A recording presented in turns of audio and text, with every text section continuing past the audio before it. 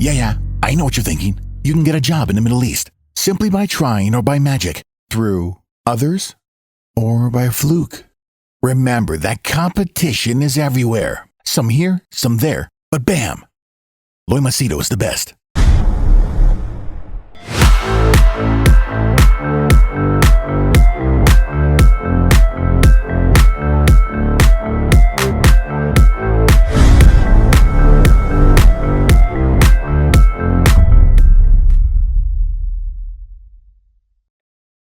All right, in this video, I'm going to share with you relationship advice that I have followed, that my few mentors shared with me, that really shaped my life. And, through all the mistakes that I've made through life, through these 300 plus relationships that I've had, the 3 divorces, what is the most precious or most important advice that can really save your life, that can change your life, that can help you, especially in relationship to marriage and let's say having a long-term relationship, okay, with a female. I'm speaking from a boy's perspective. So I will share this with you. It'll be controversial, so to speak, because most of the people, when they share videos or when they share opinions, either they are sharing like goody two shoes and trying to show you be goody goody, or it's something like Andrew Tate, where they go totally, tame those bitches and keep them and show them who's the alpha male. You need to be practical, you need to be realistic. And if you have been following my channel all these years, you know that I like to keep it grounded, I like to keep it real. It may not sound very amazing or viral kind of content, but it's it's what you and I, normal people, can do. Okay, but remember, I will be going against the grain. I will be going against what society has thought, most of you, and many of you may not like what I have to say. However, like I say, I like to keep things real in my on my channel. All right, so let's start. In case you're new, my name is Loy Machedo. I'm a personal branding strategist. I help people get well-paying jobs in Dubai, UAE, Saudi, Qatar, Bahrain, Oman. And people also book my services for, taking my advice, opinion, or suggestions on issues and matters which they either cannot share with anyone, or they want a very different perspective. I have more than 7,000 videos. You can check and see how is my point of view on different matters. Okay, so now coming to love, the controversial advice on love and relationships. Now, as you know, I had my playboy phase where I had plenty of girls. Okay, and I was just looking. It's like you're going to Disneyland and you just want to try every possible ride and every possible attraction. So when I was in my Playboy days, I just wanted to have fun with maximum number of girls. There was no reason for me to settle down with a girl. So anyone who was lonely, anyone who was like even give me a little bit of attention, anyone who gave me a little bit of importance, or anyone even who smiled at me, I would take a chance. So I have had girls who were so hot and so beautiful, so attractive that, like they say, no, arm candy, and you want to show off. I used to actually walk with them, make sure that I walk everywhere so that everyone could see that girl. And obviously, it made me feel like, wow, Law, you're the ultimate guy, man. And here's the funny thing: I was not very rich. I was not a guy who was spending money on women. But I still managed to get some really lovely girls. And it's not every girl, but there were a couple of them. Okay. I remember one, can't get her name, man. She was a Russian musician. Very beautiful. Oh, she was so beautiful, I'll tell you. She was one girl whom I love seeing naked because she was so perfect. Her body, her physique, She was naturally, and she was very talented. She was very elegant. She was such a beautiful woman, such a beautiful woman.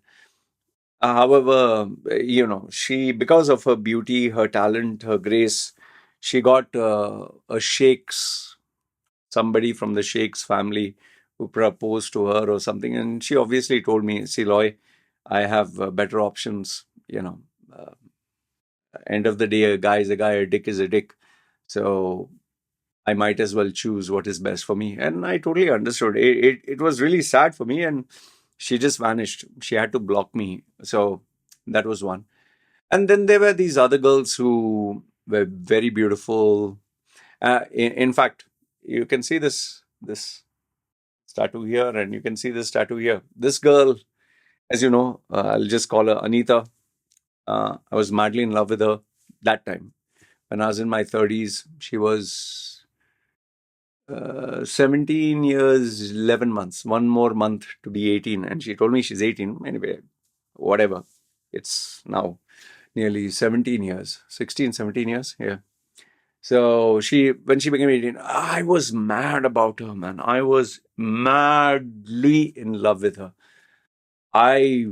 And also that protective instinct that came from wanting to protect her and take care of her. And I never thought I would love someone as much as I loved her. So much so that I tattooed her face on my body. And when she did leave me, or she dumped me in a nice manner, she dumped me like a hot potato. I don't. Now, in hindsight, when I look back, I realize she was too young. She just didn't know how to break up. She was not educated or mature enough at that time to know how to break off a relationship. And I was too vulnerable. It took me close to 6 years, man, to get out of that depression. Even though I was still moving on, she was always in my head. Now, in hindsight, when I look back, okay, fine, that was a phase. She did get in touch with me, I think nearly 10 years later, but by the time the magic had vanished. And now, today, I don't feel anything for her. Like, if I were to meet her, hey, hi, how are you? Okay, hi, whatever. Because I have a loving wife, I have a daughter, I'm a family man.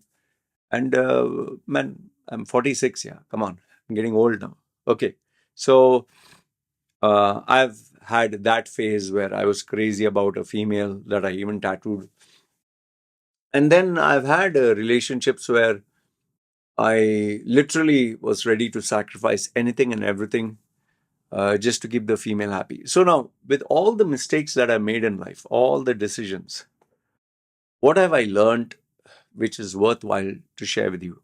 The first one I would tell you is, first, most important thing, especially if you're thinking long term or marriage, especially marriage, especially marriage. Uh, Marry someone who loves you more than you love them. Okay, that's very, very important. Marry someone who loves you. Sorry, getting this, that tickly bit of on your nose that you feel like sneezing. 1 second, I'll just smell this. Ugh. Yeah, when you have something tickling on your nose and you just feel like sneezing, just having that. Okay, I hope it's gone. Okay.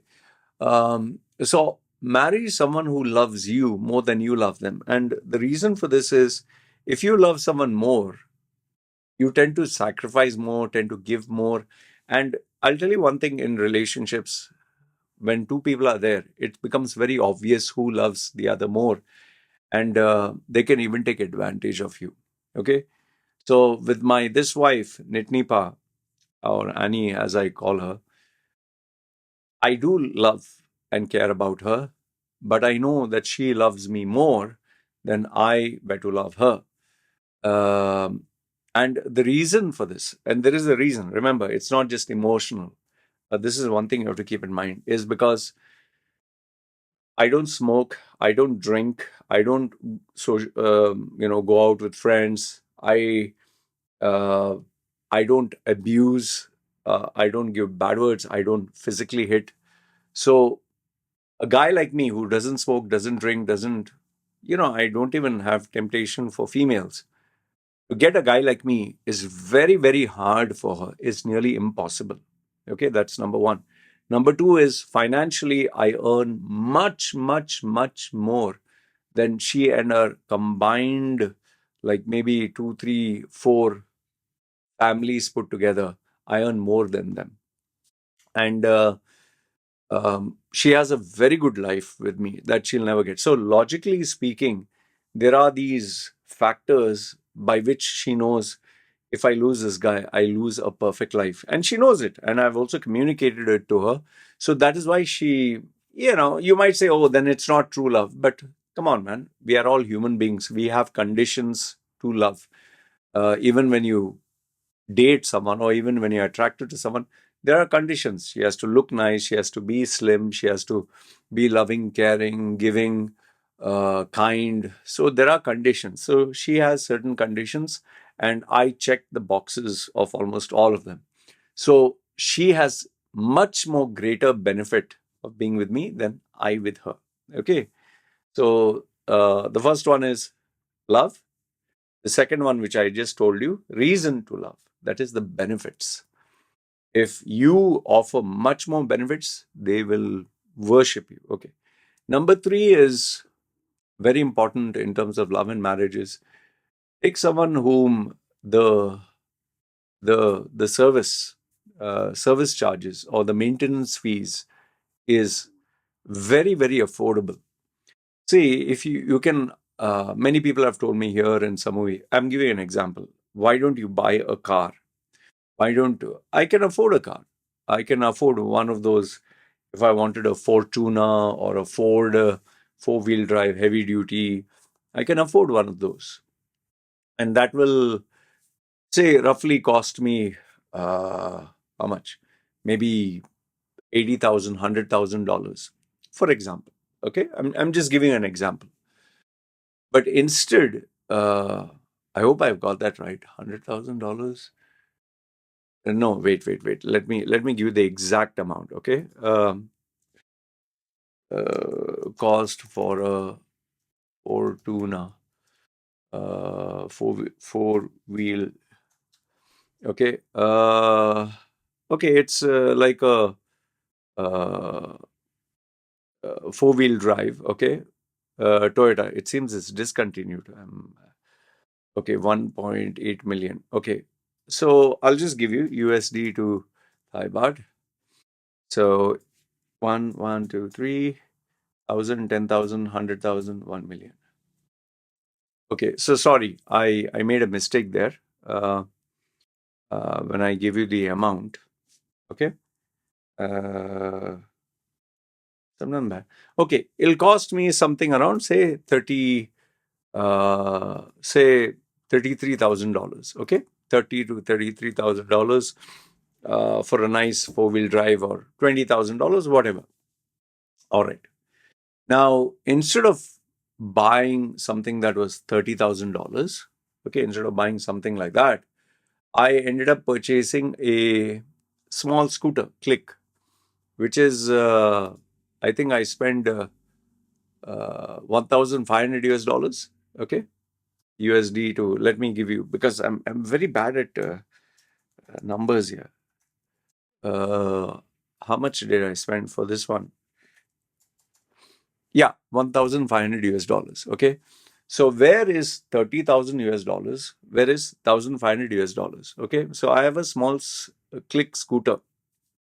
And I'll tell you, it is so convenient for me. The petrol lasts for days.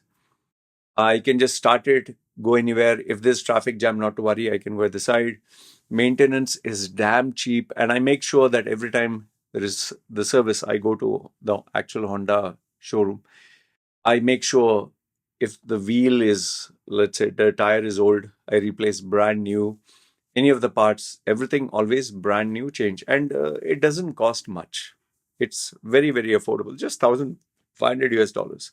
In fact, my one computer, I have a couple of them, is more expensive than my scooter. So people have told me, man, why don't you buy something that suits your status?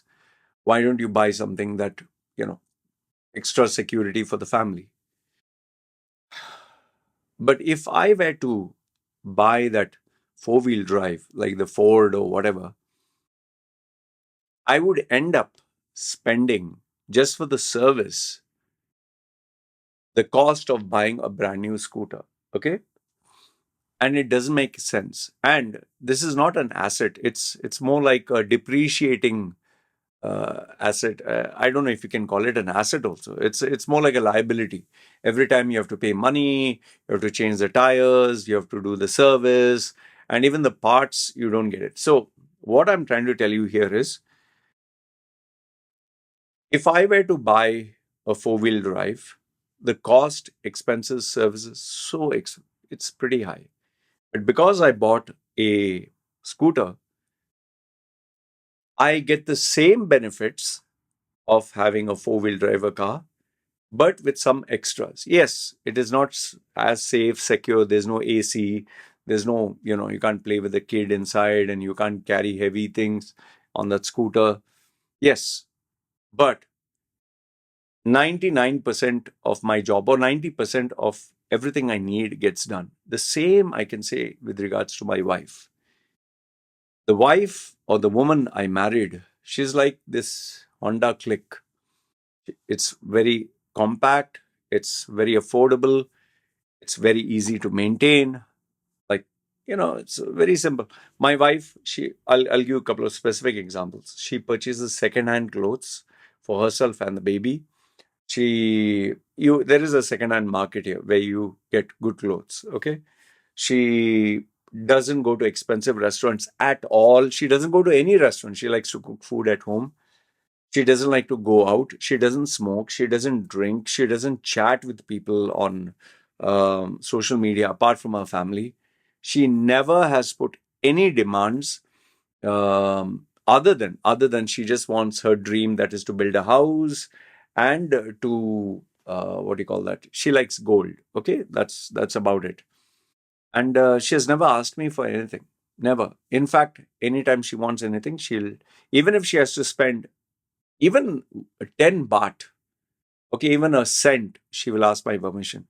And she has access to my bank accounts. She has access to my social media. She has my passwords, everything. Yet she is so humble. Yet she is so loving. Yet she is so sweet. Yes, she is so nice. Tell me, what more does a guy need? And on top of that, if I were to go to number 4, I would tell you that her only goal in life is to take care of me. Her only goal. That's what. Yes, she wants to be happy. She loves her baby.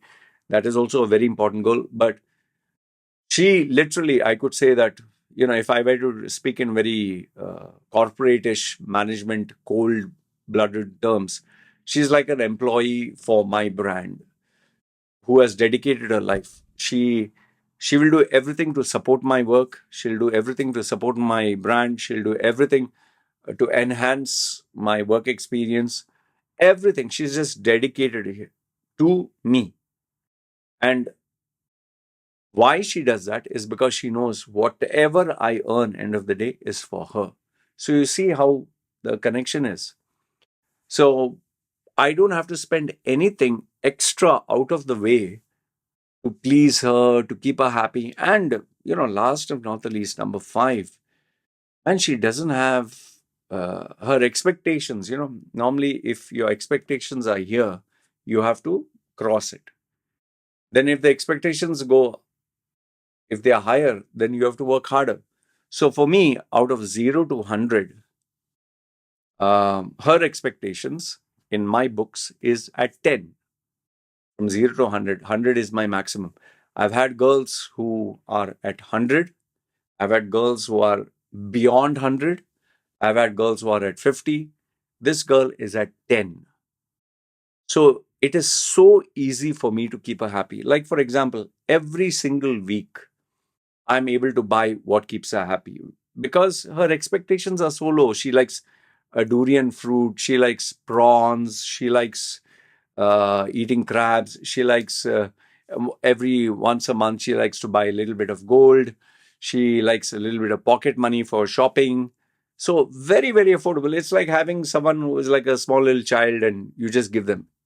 But just imagine if, in case you get a girl who every month she demands that 50% of your salary should go to her, or 60%, or she says, no, I want A, B, C, I want this branded items, I want to travel first class, I want to stay. And I know there are a couple of people, forget on my Facebook, I even know there are clients, they have a long list of demands and they are very hard to maintain. They go to beauty parlors, they have to maintain their looks, they have to have their surgery, the Botox, the brands. I know some females who literally every month they have to purchase brand new clothes, brand new shoes, brand new, and all have to be branded.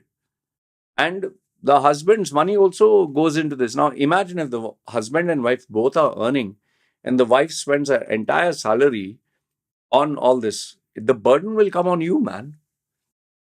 See, initially, when you're in a relationship, oh, I love you. Oh, you love me. Oh, I'll die for you. You're my Janu. You're my sweetie. You're my honey puff, and this and that. But as time passes by, that magic, the romance, the sex, everything vanishes. And you and your partner start developing a personality of your own. You have your demands, you have your wants, and you become very adamant about it. And in order to satisfy them, there is a cost involved. And then when you have children, oh goodness, the demands, the expenses, the expectations all increase.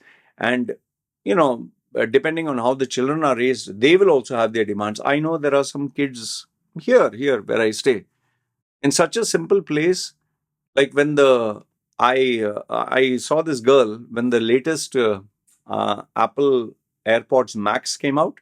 I generally buy after 2-3 years when the technology is no longer new. This female, brand new it was, and she already purchased that. She had the latest iPhone, and her father is slightly old foreigner guy. He works very hard, and she was busy, checking whatever, showing off, obviously, because of everything was matching the color, the phone, the dress. I think she's hardly 16 or something. And he is sitting there with his wife at Amazon. This is a couple of years ago when the AirPods Max came out new. And he's like, do you want to place your order? Do you want to? And she can't hear. And finally, he's like, hey, do you want to place your order? She's like, what? And she's like, fine, get me the. She's telling the father, get me the latte and this and that. And she puts it back. This is his daughter, and she's behaving like that. And, I was just looking like, is he going to stand up and, tell her, behave yourself? Because obviously, this is his money. And then when I saw even the mother also is having her own jewelry and she's trying to be expensive. And I was like, what a messed up household. Absolutely messed up. The husband is more like a simp. It's like whatever he's earning is earning just to keep both of them happy. And he's getting disrespected. She's asking, go and bring for me. This is, later on I told my wifey, did you see that? And she was like, yeah, it looks so bad. See, I don't know about you. Okay. I'm not saying that my values should be same as yours or my lifestyle should be same. There are a lot of people who tell me, hey, Loy, you are just a male chauvinistic pig. You are looking for a housemaid, and fine, go get yourself a queen. Go pay the premium of taking care of a queen. No problem. If you have the money, if you have the energy, if you have the creativity to dedicate your life to keeping a female, or like, in a very crude way, to keep your pussy happy, fine.